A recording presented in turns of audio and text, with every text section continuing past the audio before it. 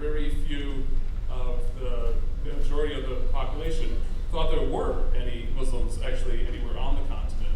Actually, perhaps about 1/5 of all the slaves who were imported from Africa were Muslim. But most of the slave owners and the other European Americans wouldn't have known that. But nevertheless, this sentiment is repeated over and over again, including, bizarrely enough, in Francis Scott Key's song, which he crafted celebrating the victory over the Barbary pirates, the war against various states in the North African coast in the first part of the 19th century. Was the very first international war that the newly formed United States fought. And to celebrate the victory, Francis Scott Key, before he wrote the Star-Spangled Banner, put together a poem to celebrate the victory very similar to the Star-Spangled Banner. You can see some of the roots there. And triumphed the notion that the blue waters were stained with infidel blood. If we look at depictions of Muslim women from this time, American depictions, we see a fascination with the covered woman, with the woman who is held away from the public gaze. And many artists, American artists, brought the American gaze into these supposedly forbidden places to the titillation of their audiences. Persistently, there are images of the diaphanously clad woman who barely shows, but still does show, parts of her body to the allured men of the non-Muslim West. Even up to and including I Dream of Jeannie, who repeats this once again. But I Dream of Jeannie becomes almost an impossible type of image for the American popular audience after 1970. Why? In part because the American women's movement brought to light the incredible injustices that American women were suffering. And so to celebrate this type of image suddenly seemed to be improper. And so we get many more images like this one, which was published in the New York Times in 2002, an image from Turkey, which juxtaposes the barely clad woman with the entirely clad Muslim woman, with no comment at all about what some might see as the sexual exploitation of the barely clad woman. The newspaper emphasizes this image of the entirely clad woman, despite the fact that in Turkey very few women would actually be clad in this manner. The New York Times repeatedly, over a course of a decade, persistently demonstrated images of very, very covered women in Turkey. And bizarrely enough, the times when we see in popular media depictions of Muslim women who are identified as Muslim without wearing a lot of clothing today is to supposedly try to free them from the shackles of Islam. So this ad was on a Chicago taxi, was part of a nationwide campaign by a professional Islamophobic organization that paid for these ads to run, and supposedly to try to encourage women to safely leave Islam, but in fact helping to disparage Muslims in Islam. The same, when we talk about the depiction of women in terms of their gender, then we can bet that they're also going to be similar, but in other ways different depictions of men. And so we find depictions of Muslim and Arab men in American imagery, persistently demonstrating the violent Muslim man. And also, interestingly enough, a racially defined Muslim man, whether the Muslim man comes from India or from North Africa, or from Egypt or Indonesia. The depiction of the angry, scowling, facially haired man with the broken hawk-like nose is a staple of American images repeatedly over time. But happily, Disney liberates us with Yasmin and Aladdin, who defy this. And Disney was very pleased and very proud. They promoted this, that they had this ethnically sensitive portrayal of Arabs finally. Except, of course, when you get to the bad guy, who perfectly replicates the stereotype once again. So, throughout our media, we find these images of male Muslim rage and oppressed women. The polls show the terrible damage that this does. you would expect a certain amount of concern about Islam so close to the attacks on 9/11, given the ways in which Islamophobia was jacked up politically and in other ways. But we actually find that the favorable opinion of Islam declines from 2005 to 2010, despite the fact that we had Muslims in our military fighting alongside non-Muslims in Iraq and Afghanistan, despite the fact that we had Muslim allies in Iraq and Afghanistan fighting alongside American troops and dying alongside American troops. The favorable ratings go down. The unfavorable ones go up, just barely, which is an interesting thing, because where we see the greatest growth is in the I don't know category. So something is happening in our nation that is making people uncertain, increasingly uncertain, about Islam and Muslims. In fact, I don't need to read it. I think you get the message. So I'd like to welcome you all to the opening event of the Muslim Women's Voices at Wesleyan.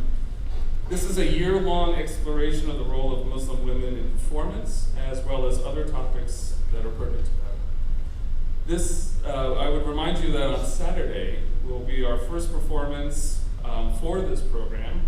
It's the Planet Hip Hop Festival, and you'll see a listing of it in the brochure. And is Miriam Sachi in the audience?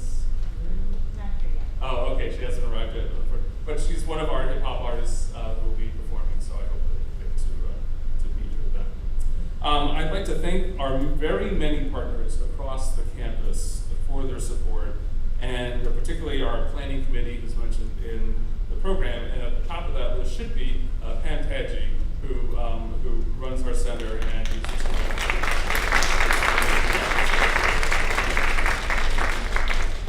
And we're especially grateful to our community partners, including the Muslim Coalition of Connecticut and the Hartford Seminary. So without further ado, I'd like to introduce our first speaker.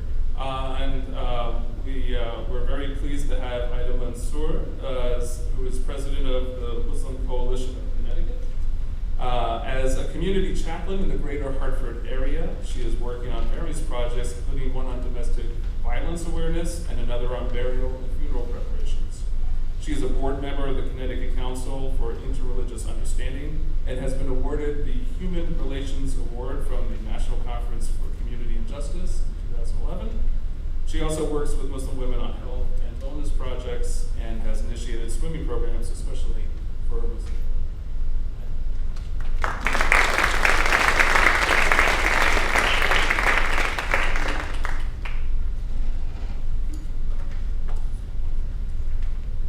Assalamu alaikum. May God's peace be with you. In a New York Times article appearing a week before the horror that befell America on September 11th, a Muslim woman described her dilemma this way. She said, "I am so used to thinking of myself as a New Yorker that it took me a few days to begin to see myself as a stranger might.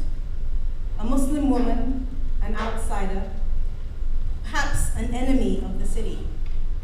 Before last week," she said, "before 9/11, I had thought of myself as a lawyer, a feminist, a wife, a sister, a friend, a woman who was walking on the street. Now I begin to see myself as a brown woman who bears a vague resemblance to the images of terrorists we see on television and in the newspapers. I can only imagine how much more difficult it is for men who look like Muhammad Atta or Osama bin Laden." 9/11 struck a double blow for American Muslims. Firstly, the horror of the event itself. The realization that around 3,000 people had been killed, that those who were killed were innocent human beings going about their day just as I had been.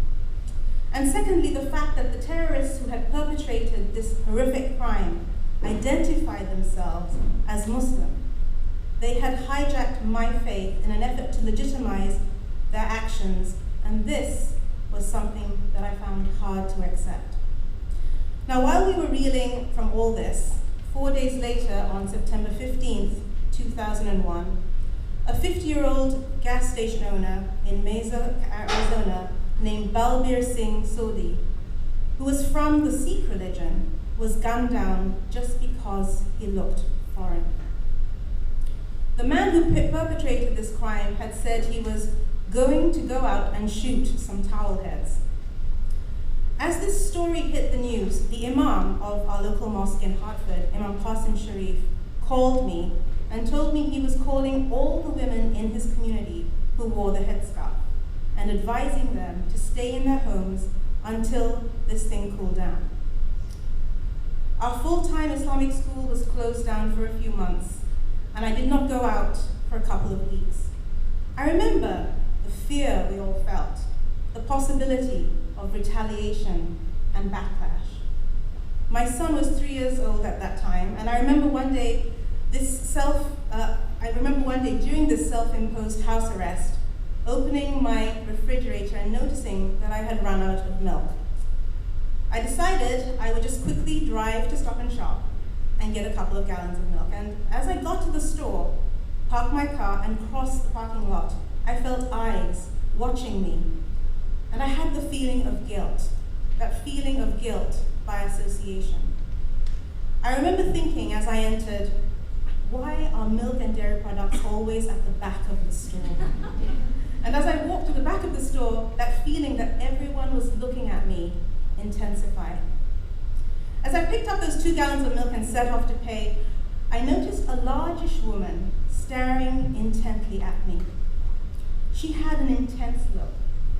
And when she suddenly started walking towards me, I did consider dropping the milk and running, but I didn't have time. And I froze, and I braced myself. And she came at me, and she hugged me, and said, I know that your community has been going through so much. My neighbor is Muslim, she said, and I'm getting her some things, and if you'd like me to do anything for you, please let me know. I was numb. I was not expecting this. I don't remember much after this, but I remember realizing that the reason this woman had this understanding and this compassion was because she had a human connection. She had a human connection to a Muslim, and that made all the difference in the world. Human connection is vital. This little incident changed me entirely. It made me realize the importance of human connection. In a recent Gallup study, it was noted that 62% of Americans have never met an identified Muslim personally. In a study before 9/11 on perceptions, the question was asked first if they knew a Muslim personally, and if the answer was no, they were asked a further question to record perceptions, and the question was, what words come to mind when you hear the word Muslim or when you hear the word Islam?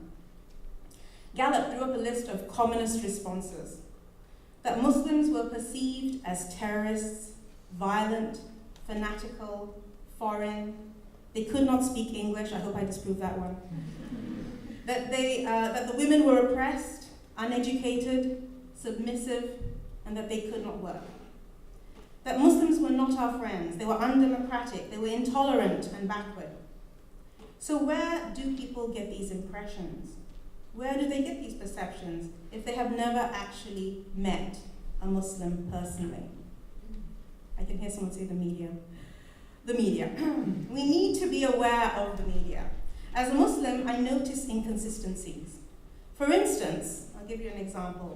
In 2006, John Allen Muhammad had just been convicted for his actions in October 2002 when he indiscriminately shot an individuals killing 10 people in the DC area. And I remember the article. It said, John Allen Muhammad, Washington sniper, convert to Islam, convicted. I remember thinking, what has his faith to do with this? And on the same newspaper, there was another article with another Muhammad Yunus, who had just won the Nobel Peace Prize, and nothing about his faith was mentioned. This is an inconsistency, and we need to be aware and ask our media to correct these inconsistencies. Spin is something that is hard to get away from, and seems to have been present throughout history.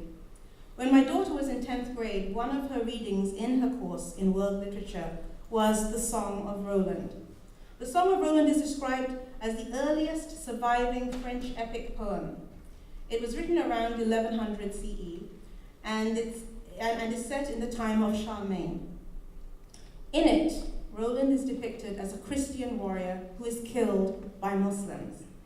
The story is loosely based on an incident that occurred during one of Charlemagne's wars. In 778, Charlemagne led a siege and Roland was slain. It turns out that the siege was actually against the local Basque warriors and not Muslims. In spinning this tale, Roland was depicted now as a Christian warrior crusader fighting against the Muslims, lending legitimacy to the 12th century crusaders.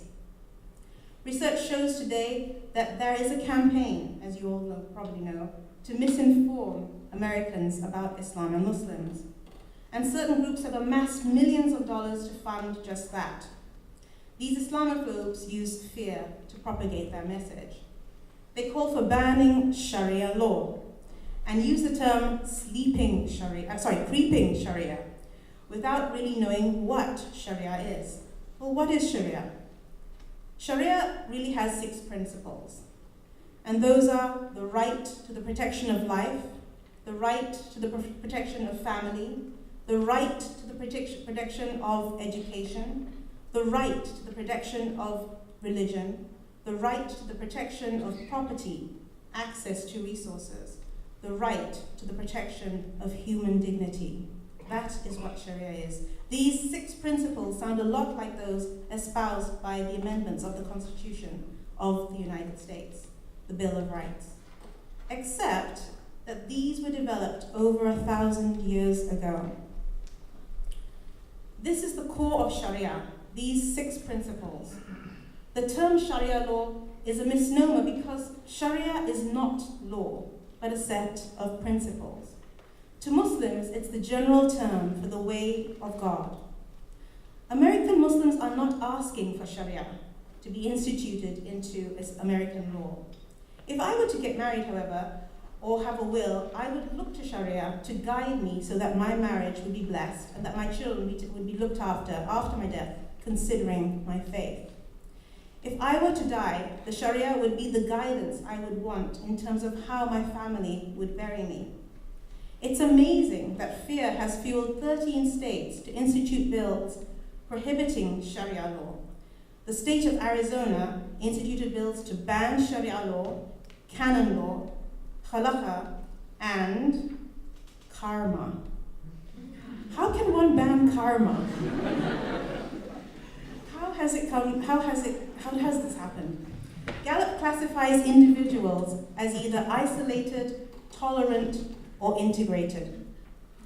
Isolated individuals tend not to be members of any particular faith group, but if they are, they tend to believe in the truth of their perspective above all others. They do not want to know about the other religions. They also neither respect nor feel respected by those of other faiths. Tolerant individuals. Well, tolerant individuals have a live and let live attitude towards people of other faiths, and they generally feel that they treat others of different faiths with respect. However, they are not likely to learn from or about other religions. Integrated individuals go beyond. They go beyond a live and let live attitude and actively seek to know more about and learn from others of different religious traditions. They feel comfortable in their own tradition and believe that most faiths make a positive contribution to society.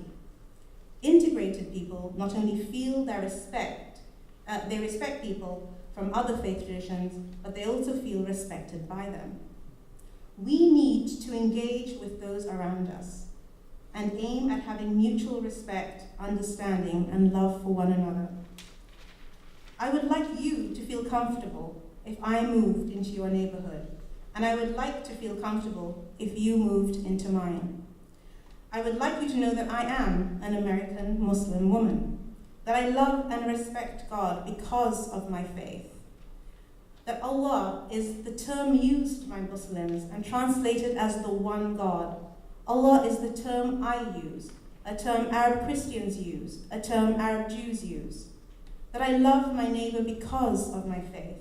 That I love and respect Mary, the mother of Jesus, peace be upon them both, because of my faith.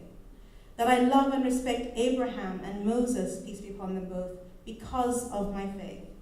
That Muslims are from all over the world. Not all Arabs are Muslims, and not all Muslims are Arab. In fact, 82% come from outside the Middle East. That we are not monolithic.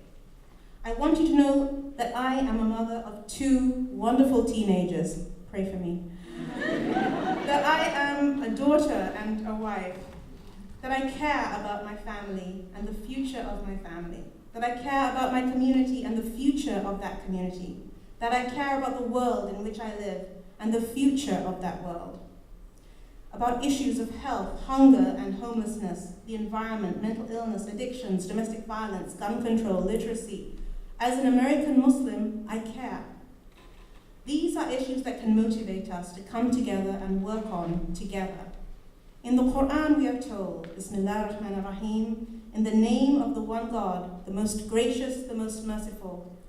O mankind, we created you from a single pair of a male and a female, and made you into nations and tribes that you may come to know each other, not that you may despise each other. Verily, the most honored of you in the sight of God is the one who is the most righteous, and God has full knowledge and is well acquainted with all things. So let's do just that. Let's come to know one another, go beyond the single dimension, recognize the humanity in each and every one of us and rejoice in it. Join us for a hike or for a community cleanup. Serve with us at our shelters. Walk with us against hunger. Build with us in our House of Faith initiative, which is a project we have started with Habitat for Humanity that invites people from diverse belief systems to come together, learn together, and build a home together. We need to encourage our communities to come outside our comfort zones and engage and learn about each other so that we cannot possibly become isolated, so that we cannot possibly succumb to judging others or hating others based on misinformation or generalizations. Let's do it. I look forward to getting together, working together, learning together, and making that time connection. Thank you all very, very much.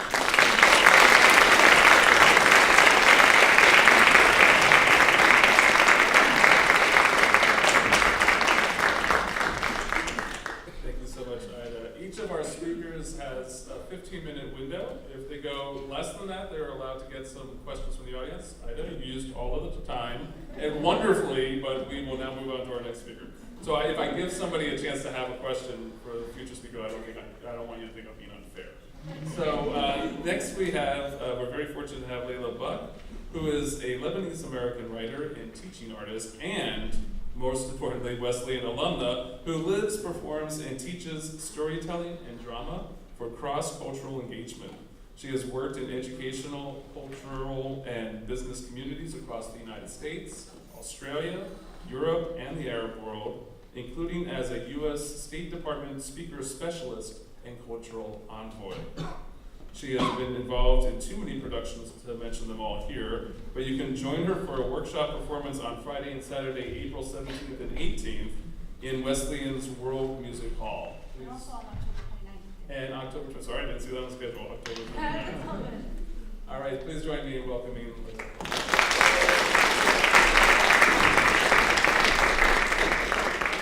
Thank you. Hello. So, I was thinking about this panel. I started my relationship to Islam, as Aida so wonderfully noted.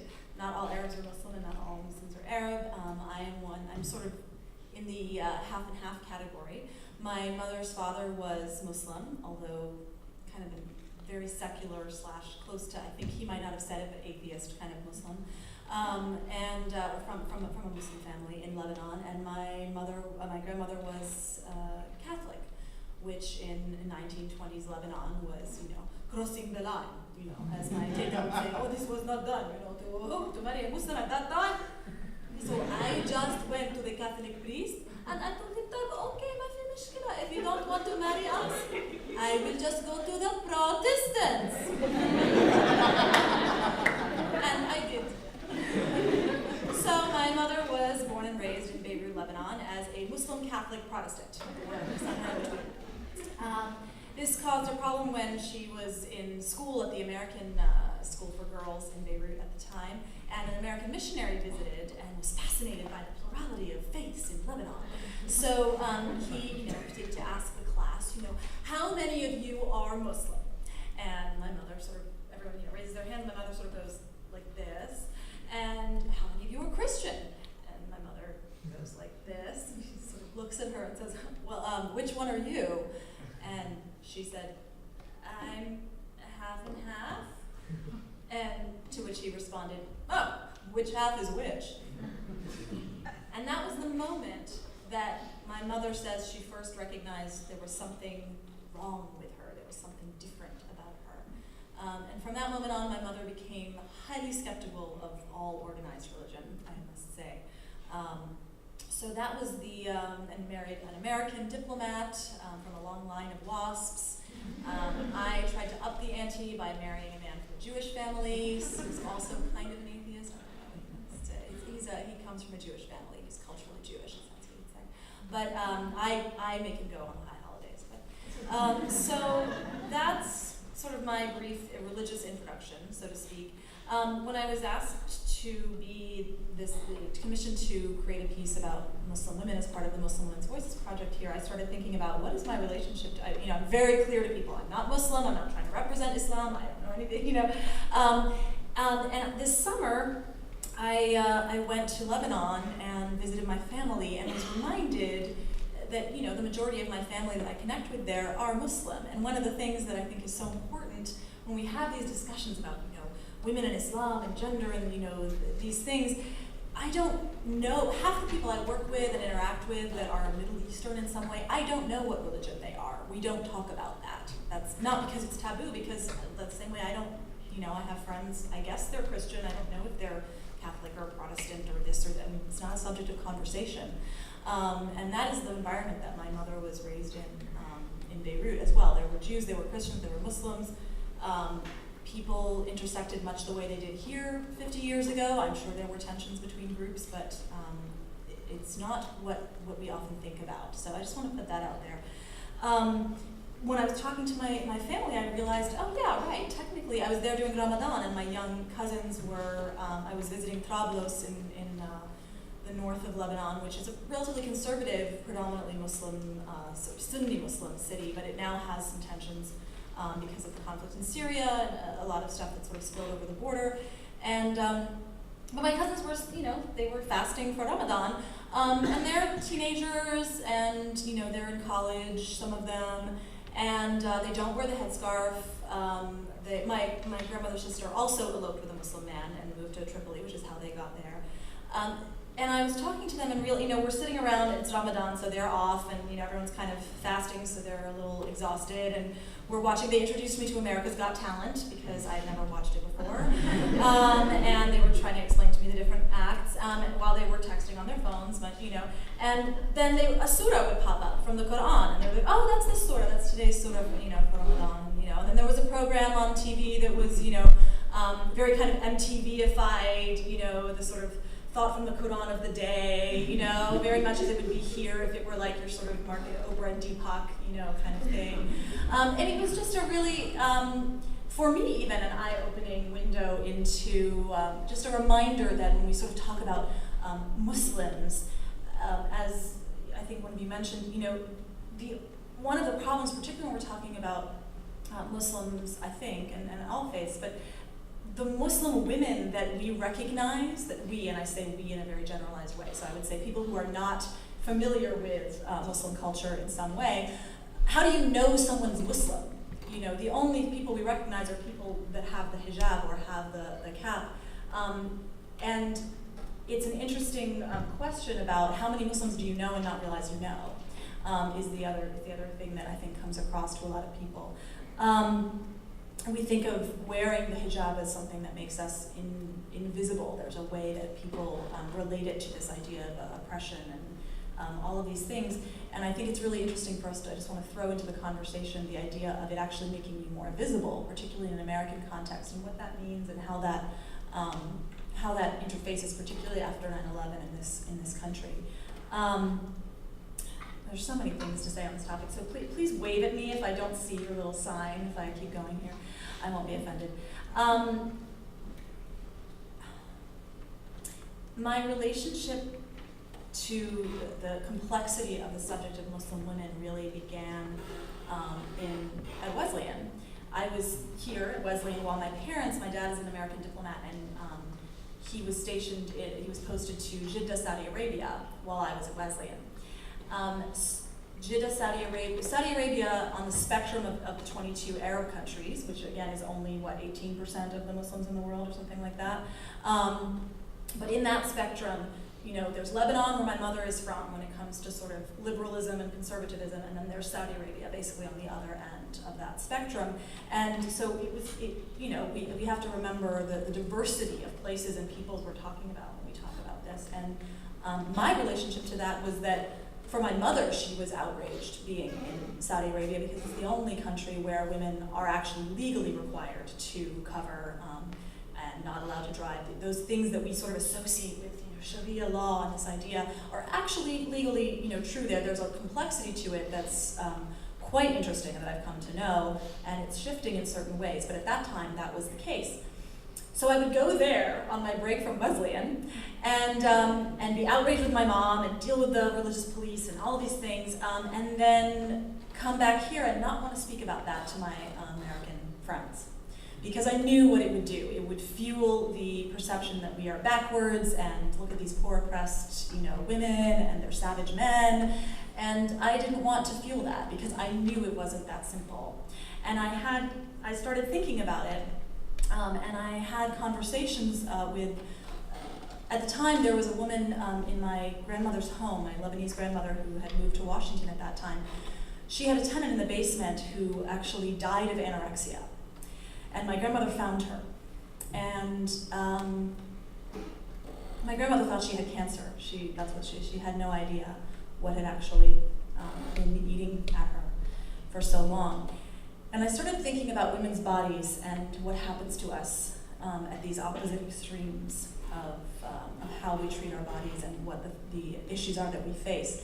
And I wrote a very political, lecture-y, diatribe-y thing that I was going to perform as part of my thesis. And then I realized no one would really want to hear that. So I created a piece that I'm just going to do a little bit of for you. And I haven't done it in a while, so forgive me. I didn't really plan to do this, but I think it'll be, I might as well do it while I'm here. I don't have a wireless mic, and it's a piece that needs movement. So can you guys hear me if I do it here? Yeah. Okay, good. That's where all the training comes in. Okay, so, that's okay, right? Thank you, Claudia. So this is called Natural Woman, and if I could have you guys be my sound cue, because I didn't plan on doing this, but that's what's great about theater, it's fine. When I do this, if you could just start singing the you make me feel, you make me feel, you make me feel like a natural woman. And let's, attempt a general, you make me feel, right? Kind of like that level if we can get it there.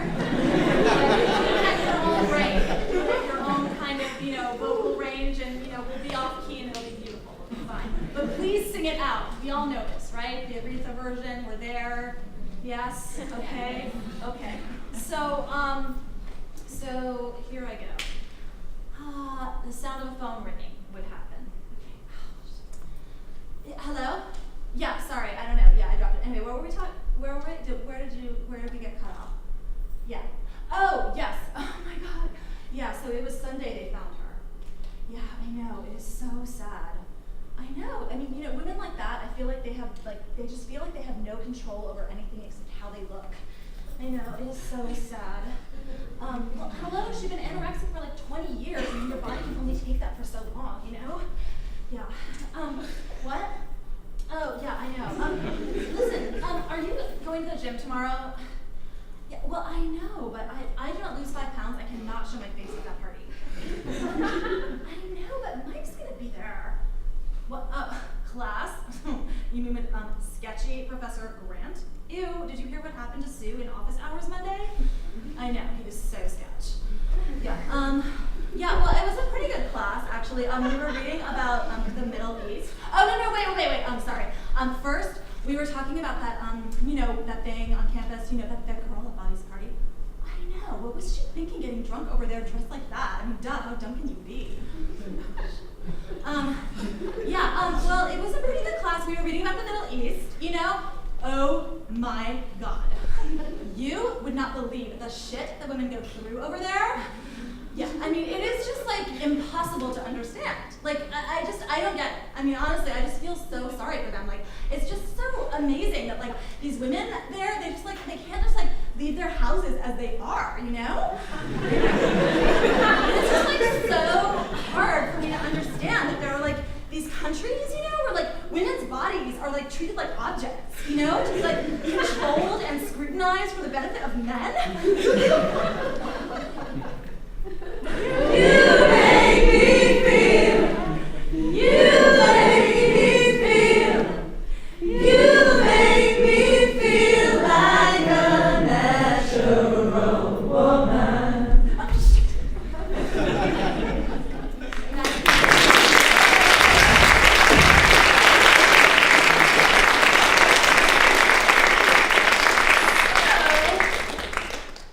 So that's kind of self-explanatory, I think, in terms of the themes that I'm trying to convey there. But that also came out of conversations that I would have with women in Saudi Arabia who would talk to me about why, I would say, you've been educated in London, you've been educated in why would you come back to Jeddah, all these things, and they would say, I don't understand how you live in New York. People get raped on the street where you live? That's crazy. And you have all these things, you have all these body things, and it was really fascinating because everything they said I agreed with. It was like talking to a feminist here, but I just knew how to navigate that. And I knew all the nuances, and they knew the nuances of their culture. And they talked to me about that. And so it was a very interesting spectrum of things, which I can get into another time. But the other thing I'm just throwing things out here. So thinking about that relationship and then thinking about when I then started to hear sort of politically conscious stuff about women in Islam, it was October of 2001, having been in New York for 9/11, and getting suddenly 10 emails a day about the Taliban and horrible things they were doing to women. And I was like, well, yeah, this is awful. Of course, I want to forward this, but something inside me was very uncomfortable. And I realized it was because all of a sudden I'm getting 10 emails a day about this from people that have never emailed me about this before. Why am I suddenly getting 10 emails a day? Because I'm pretty sure the Taliban has been doing this for a while now. Oh, it's because we want to bomb Afghanistan. And I think that's something really important to remember, that when we talk about gender and Islam, there is a way that our empathy for the oppressed Muslim woman is deliberately manipulated for us to oppress the Muslim man, and to generalize and to dehumanize in the service of some agendas that, with all due respect to my father, who worked for our government for 35 years in wonderful ways, and all the many people who do so, there are some very intense strategic objectives that are interwoven with our perception of gender and Islam. And I believe, and I do what I do because I believe that when we shape people's hearts and minds that way, it directly affects our ability to look the other way when we bomb them. And I can't tell you the number of people I rode the subway in New York with a sign in 2002 saying, I lived in Baghdad as an American diplomat's daughter, back when we were giving Saddam weapons, ask me why we shouldn't bomb them. And the number of people that came up to me and said, I know I'm not for war, I'm not for this, but the way they treat their women. And if you look at the situation of women in Iraq today, there's, one would arguably say that their lives are much worse in many ways. So I want us to just be thinking about how the bodies of women are used in all religions and in all cultures as a site for some kind of cultural control and often manipulation. And I had one last thing, which is I had this interview that I did for a piece about Arabs in America right after 9/11 with an Arab American theater company. And I interviewed a woman named Reem Hussein, whose mother did not grow up, she's Egyptian American, grew up here. Mother did not wear the hijab. She chose to put it on, and I interviewed her about why. And the entire interview, I wish I could bring it to you right now, but I don't have the time, but if you took away the specific words that she inserted, it sounded like a woman describing to me why she chose not to wear makeup, or why she chose not to shave her legs, or it was about I want to be, or not to wear high heels, or not to dress in, all of these kind of body image things that we talk about and deal with in feminist studies and gender studies. It was about wanting to be seen for who she was, and not how she looked, and who she was inside, and who she was when she was speaking to someone. And it was about the male gaze, and it was about all kinds of things that we talk about in Wesleyan classes. And it was fascinating to me to hear from that perspective. So those are just a few thoughts for me about Islam, and of course the very problematic term, the Muslim problem, which I know is put in quotes for a reason, but just imagine inserting any other word of a group you belong to and making it the Christian problem or the Jewish problem, or, and how these terms get discussed. And I'm just thankful to be here with you all, and hope to take your questions now.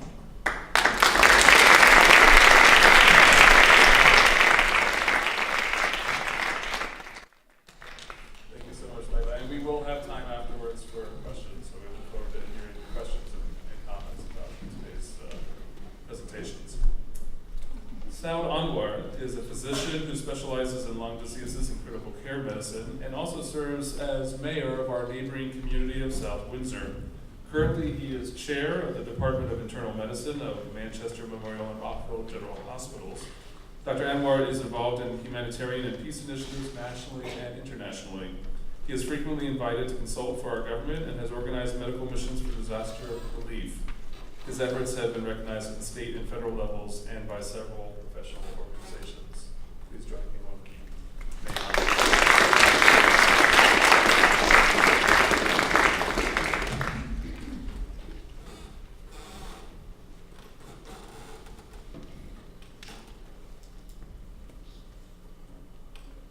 This will not be part of my time.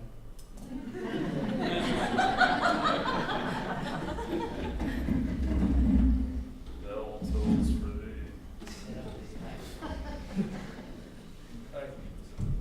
Thank you.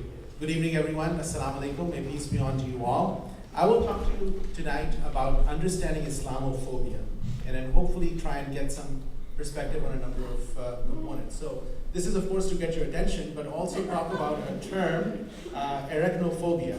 When people have this fear of spiders, but people who have this fear actually avoid the spiders. They do not and it's important to recognize that.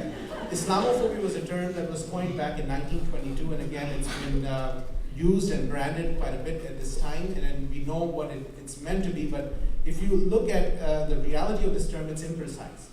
And it's about not fear, it's about actually animosity and hatred. And that's what we need to understand and recognize what is the background of what's going on. And in order to understand hatred, one has to look at why do people hate? And why do groups and organized groups hate people?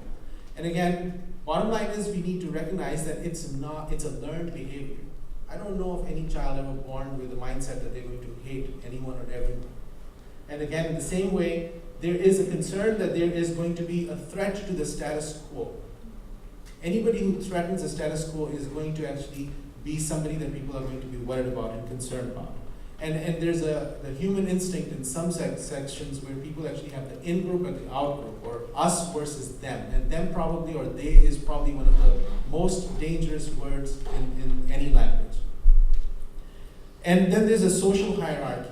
Anytime there's a threat to the existing social hierarchy, that actually results in chaos and in challenges. People do not like people shifting from one group to the other. There are worker class who are going to remain the worker class. There are slaves who are going to remain slaves. And then that's part of the challenge in many ways, is that in every society we actually create these hierarchies, and that leads to some problems. And then of course there are people who make money out of conflict and hate. And that's an important question we should ask every time there is any decision, any policy that is going to be made. You have to say, okay, so let me understand who's making money out of this. And you'll be surprised how this game gets played in so many different ways. And then again, there's a broader picture. You know, people talk about all politics as local. Yes, it is. But at the same time, there's a bigger, broader strategy that is in play at times, which results in why people do certain things. And in the geopolitical challenges in the world, there are implications of what is going on locally and what's happening. Then, of course, people generally see what they look for and hear what they listen for. And if you wait long enough, if I started to say, well, there is everybody who has green eyes is going to sneeze. If I wait long enough, there will be people with green eyes who will actually sneeze. And I say, oh, see, we'll show you on a video every day, tomorrow, evening, morning, that there are people with green eyes, and there somebody sneezed just now. So that's how it works. But I'm going to talk a little bit about conditioning, and then I'm going to do a little experiment with you all. So, repeat after me. You'll do this 5 times, 4 times, 3 times, 2 times, and once. And you'll say after me, spot. Spot, spot, spot, spot, spot, spot, spot, spot, spot, spot, spot, spot, spot, spot, spot. What do cars do at the green light? Go.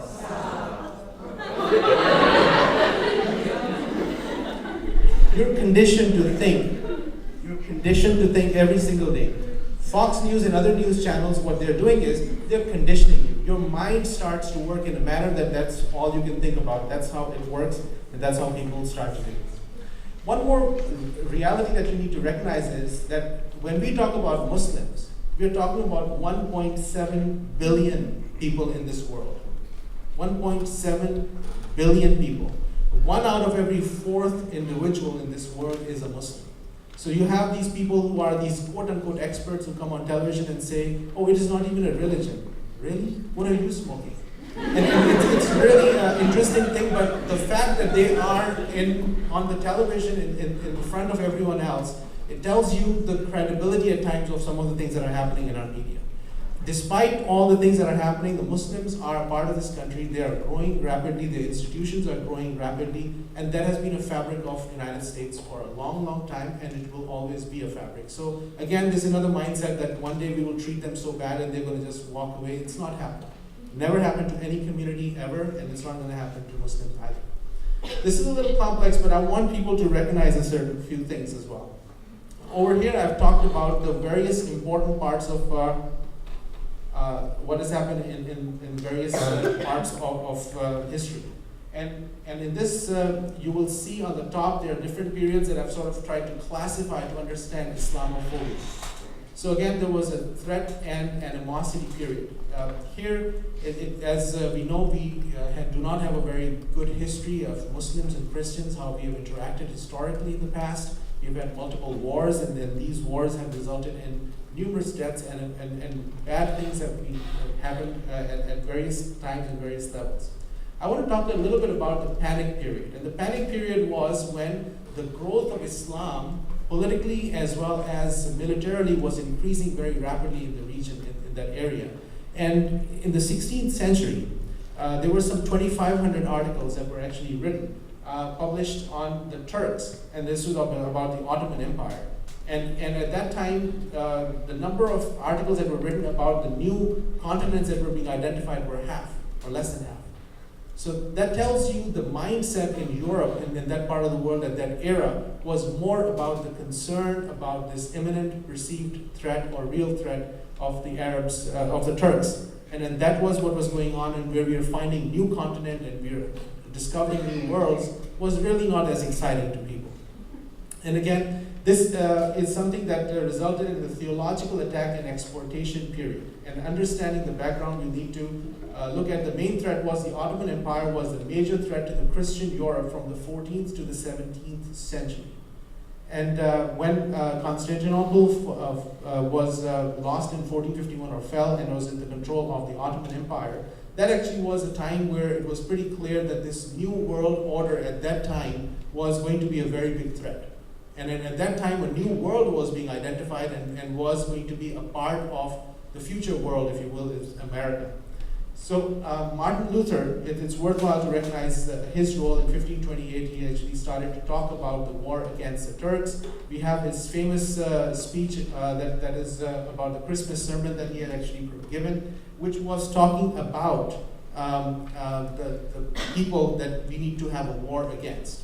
And of those groups, there was actually the Papists and the Turks were part of that whole group.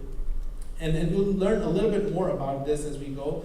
According to him and his sermons and the people who followed him and his teachings was that they're twin-headed Antichrist. The twin head of the Antichrist was a Papist, which is our Catholic brothers and sisters, and the Muslims. And then this was the twin head of the Antichrist.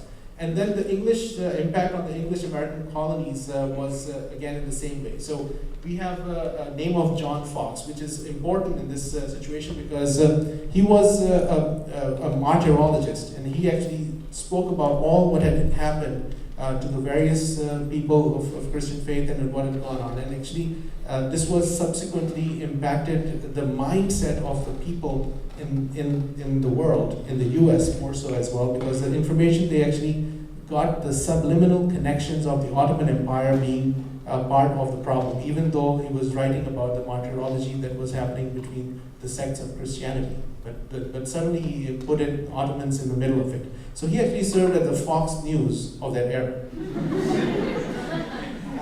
And his illustrations were quite useful because it was actually giving pictures of the horrific things that had been happening in that time. So in the United States, we were learning about Ottomans, and even though the Turks were not a part of this whole thing, that was how it was being perceived by the people at that time. Then we actually also had Voltaire, who wrote this play, and at that time we did not have the movies and the videos that we could bring, so actually you bring plays over to the US from Europe. And then these plays would actually talk about and indirectly suggest and attack Islam and how evil Islam was. Voltaire, of course, said, when I consider history, I find out there has been no nation that has practiced more blasphemy of God, brutally, shameful fornication, and every kind of wild and chaotic living than the Turks.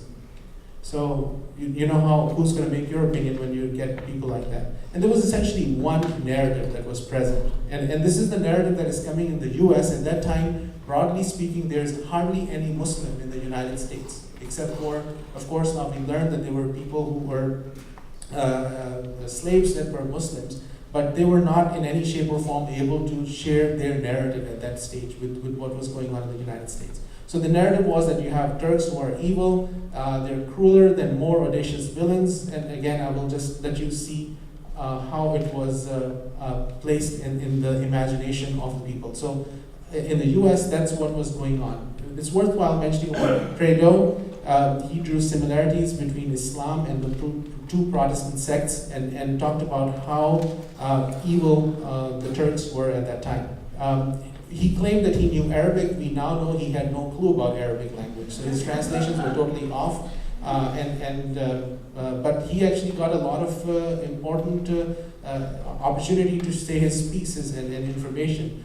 Henry Stubb is somebody who we need to actually recognize and understand what his role was. He actually portrayed the Prophet in the positive light, the Prophet Muhammad.